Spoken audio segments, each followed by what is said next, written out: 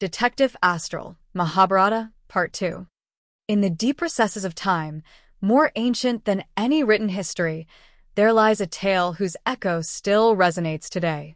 This is not merely fiction or legend whispered from one generation to the next, but, as revealed through the ethereal voice of a medium, an account of true history which took place around 3300 BCE.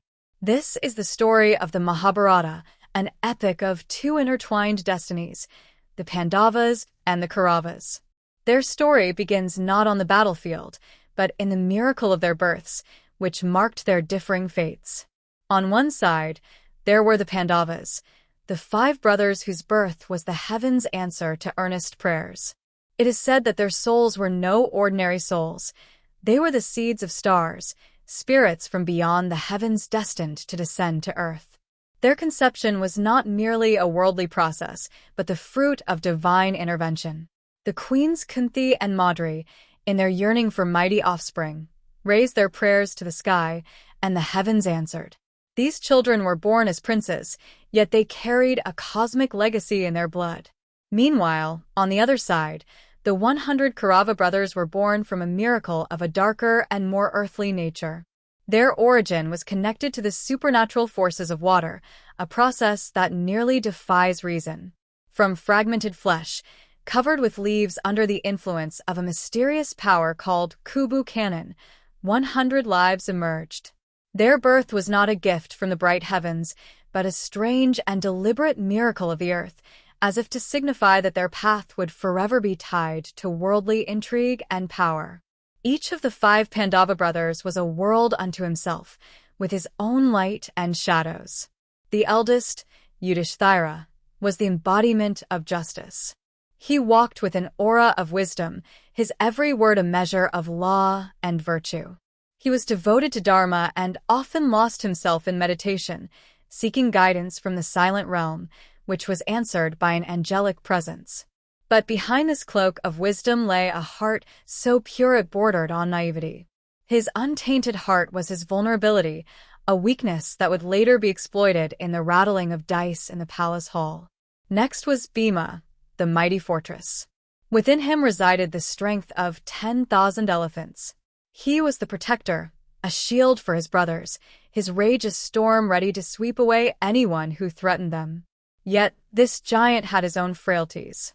His immense power was not matched by intelligence or nimble speed. His explosive temper was his fire, but also his flaw.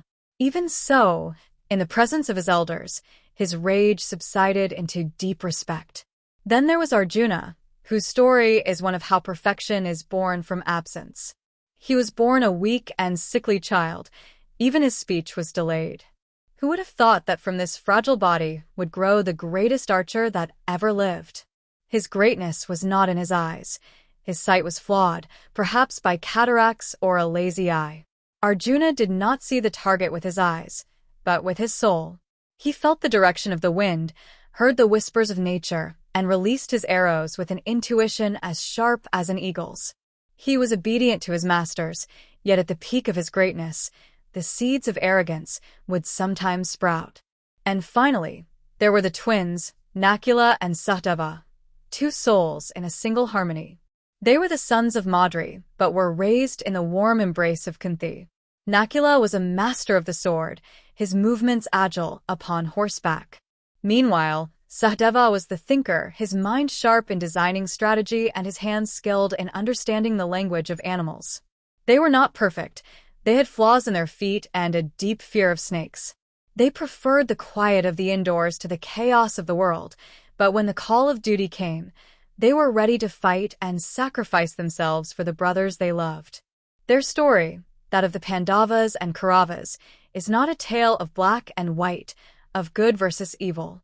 It is a reflection of humanity itself. As whispered by the ethereal messenger, to not understand the evil or cunning side of the world will make you a victim, like Yudishthra. Conversely, to let evil or rage master you will make you lose control, like Bhima. Thus, the Mahabharata is not merely an epic of war. It is an eternal lesson on the balance within ourselves. For it is in understanding the darkness that we learn not to be consumed by it, and in controlling our rage, we find our true strength.